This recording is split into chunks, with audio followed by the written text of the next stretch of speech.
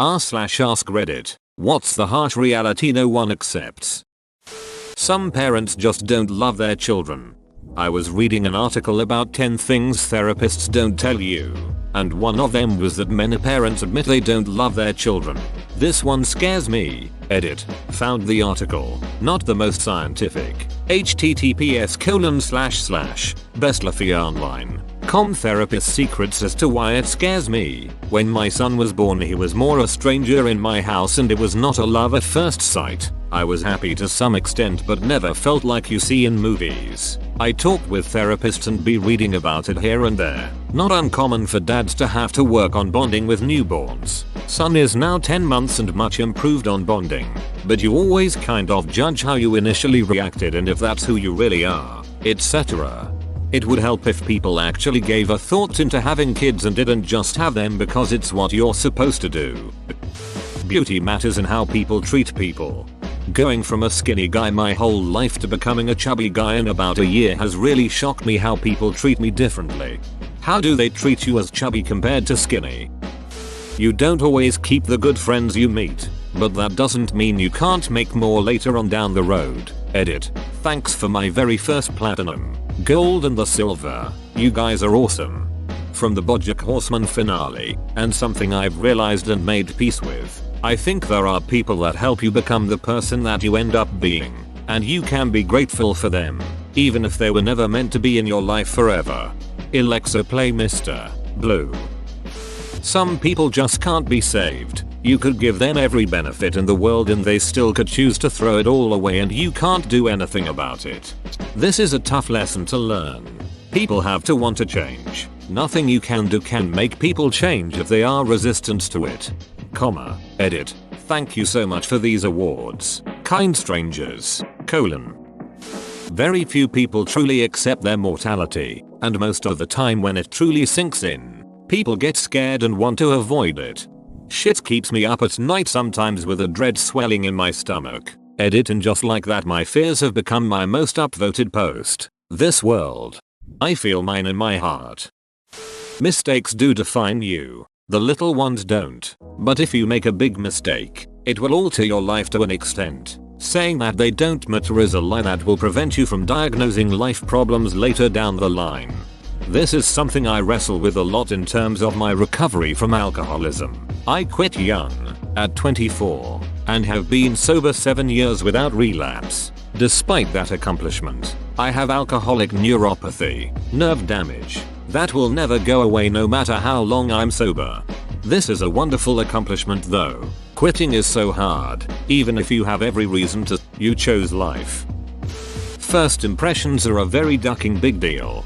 They can be. My partner is on the road a lot for his job. This particular week he was away with one of the big bosses of the company. Everyone in the office knew the big boss was traveling with my partner in the car. My partner got a call from a customer and had to ring the office to finalize the sale all via the car kit. Office guy picks up the phone. Yeah, what do you want? In a super uninterested and gruff voice. Needless to say he left a lasting impression. Seems like it's not that important, but in a workplace that kind of thing stands out.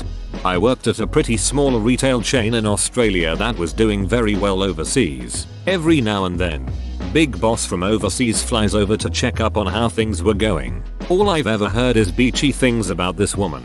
Anyway, one unassuming day, this lady walks right up to the counter, and within 10 seconds I say, "Hi, how are you going today?" with a smile. This lady kind of awkwardly laughs and my store manager laughs hysterically and is like, "OMG, that's Nicole. Haha, you goof. How rude, you assumed she was a customer." And Nicole just looked to my manager politely and said, "Well, actually, you should assume everyone is a customer and treat them in that exact way." That was perfect. This was my first job and I was totally embarrassed. But it was flipped and I realized that that interaction actually looked great for me, and I immediately impressed the big boss. Stupid of my manager to try and humiliate me.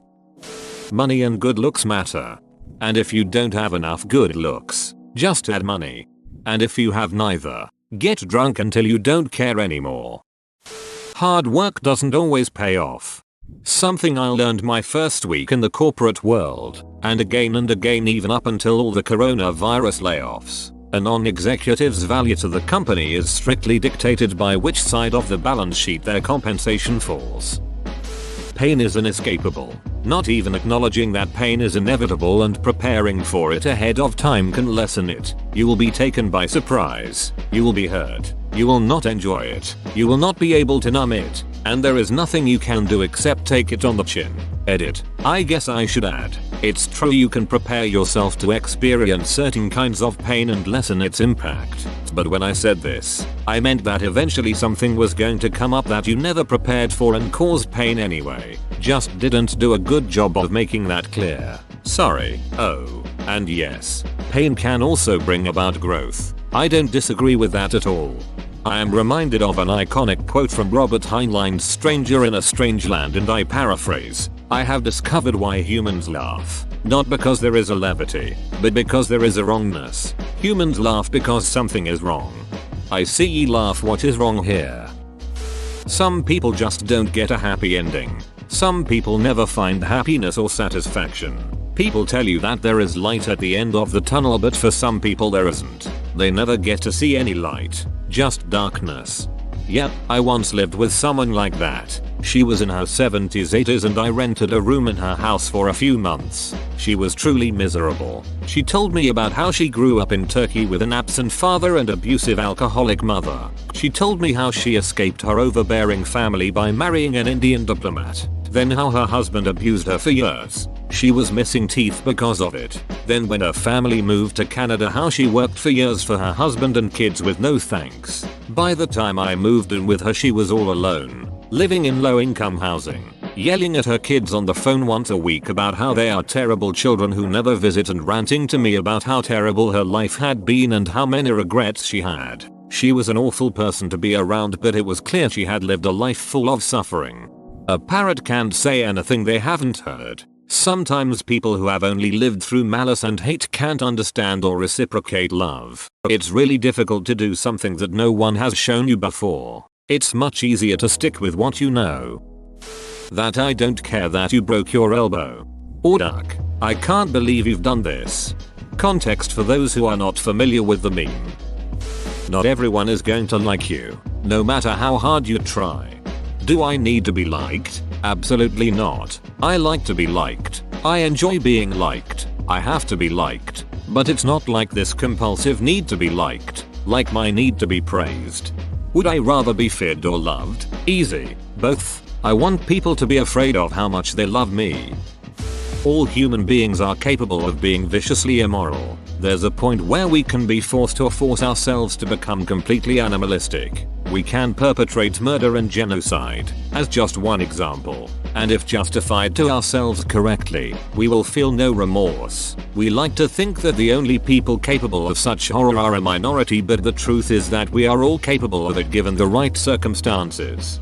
There is a Star Trek film that deals with this, Nemesis. Basically a clone of one of the virtuous characters shows up hellbent on destroying humanity. The captain pleads with him at one point, saying that the man he is couldn't possibly do the things he is. He is better than that. His blood is better than that. The villains responds, he is what his life has made him. More befitting here is, I'll show you my true nature. Our true nature. There are no single women in your area willing to meet you. Those bastards lied to me. You will likely be lost to history in just a few centuries. Nobody will remember or even knew you existed. Sad, I know, but you just have to accept it. Just make sure to dab or do a handstand or something dumb when a volcano goes off to give archaeologists a good laugh a couple hundred or so years later. https://me embracing figures at Pompeii could have been gay lovers after C2DC7CC58F01489BBB09083BF4 East 44. There is no possible way everyone was kung fu fighting. Nor was there a chance they could kick as fast as lightning. But do you reckon it really was a little bit frightening?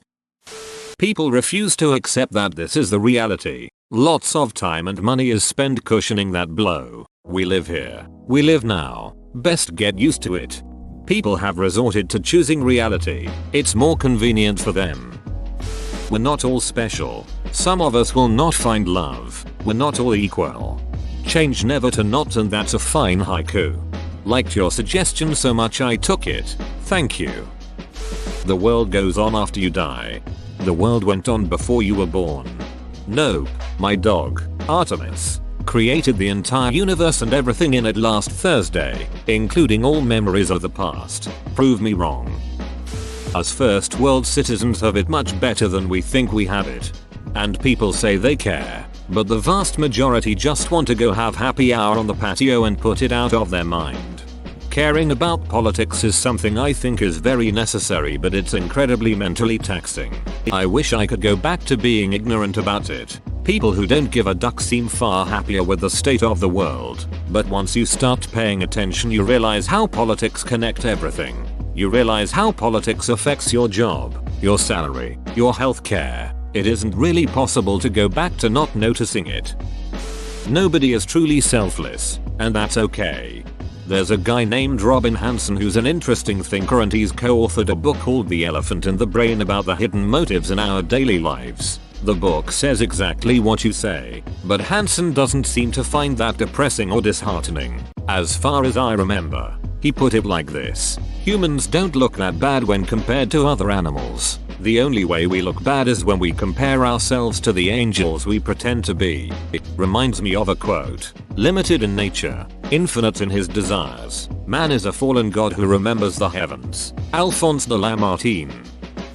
People often hunger for truth but seldom like the taste of it served up. George R.R. Martin.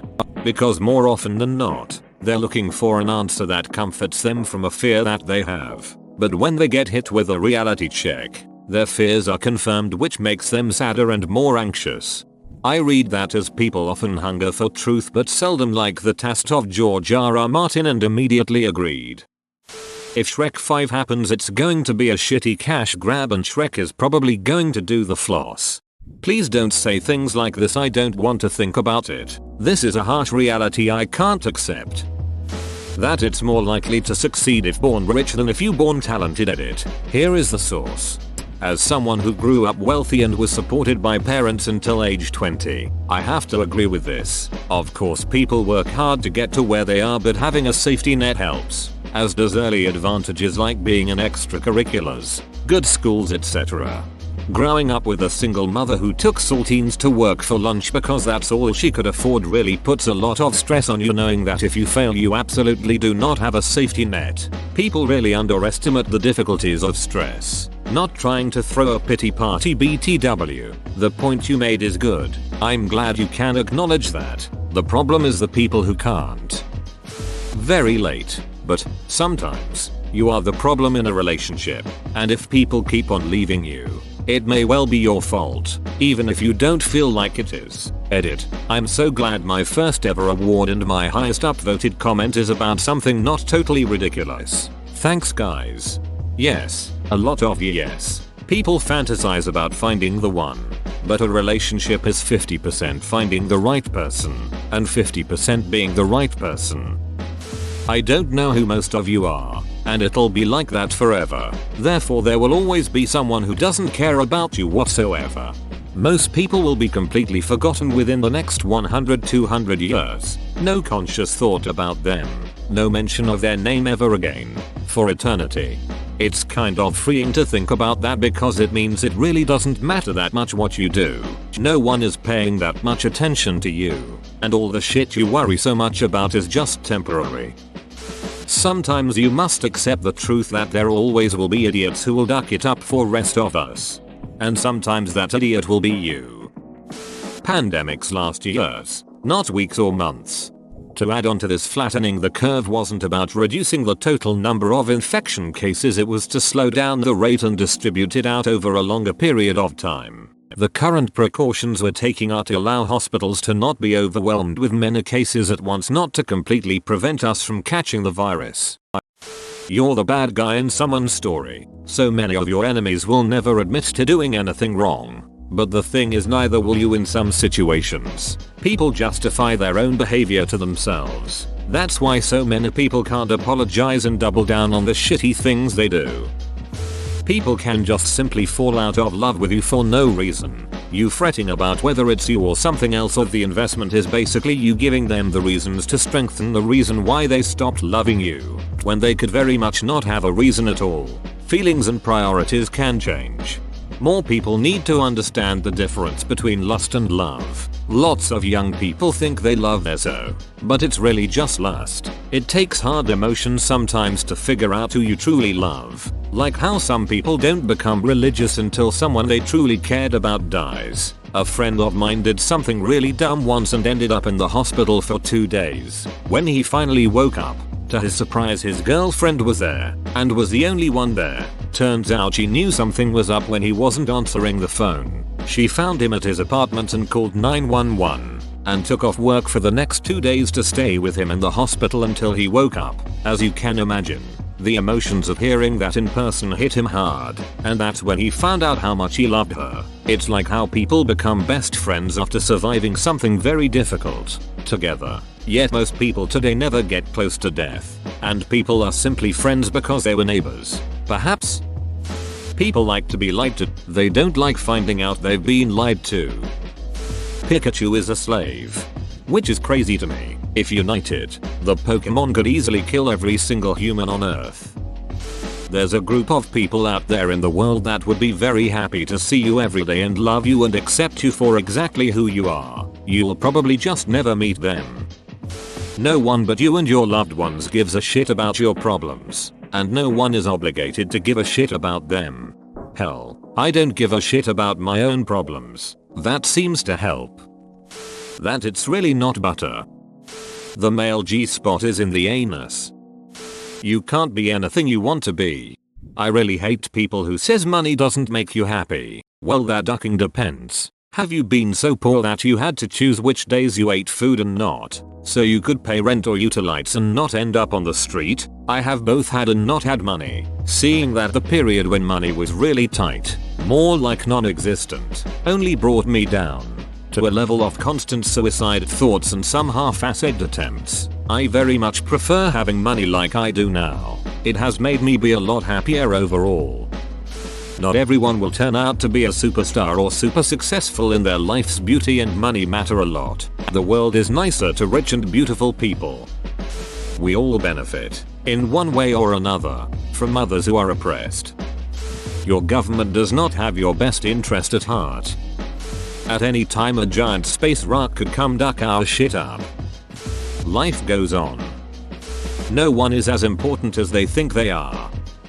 There is no meaning of life. Rather, you make your own meaning. We're all going to be forgotten someday, even the most famous of us. So just do what makes you happy and feel fulfilled. This question is catnip for the antisocial edgelord teens of Reddit. Not everyone finds love. This thread is filled with harsh realities that most people do accept. Britney Spears is a slave to the music industry, and so are most popular singers. Whoa, you made it to the end? You're a ducking beast. I'll cut you a deal. Smash like and subscribe for more curated content, bruh. It's free and that's a great price.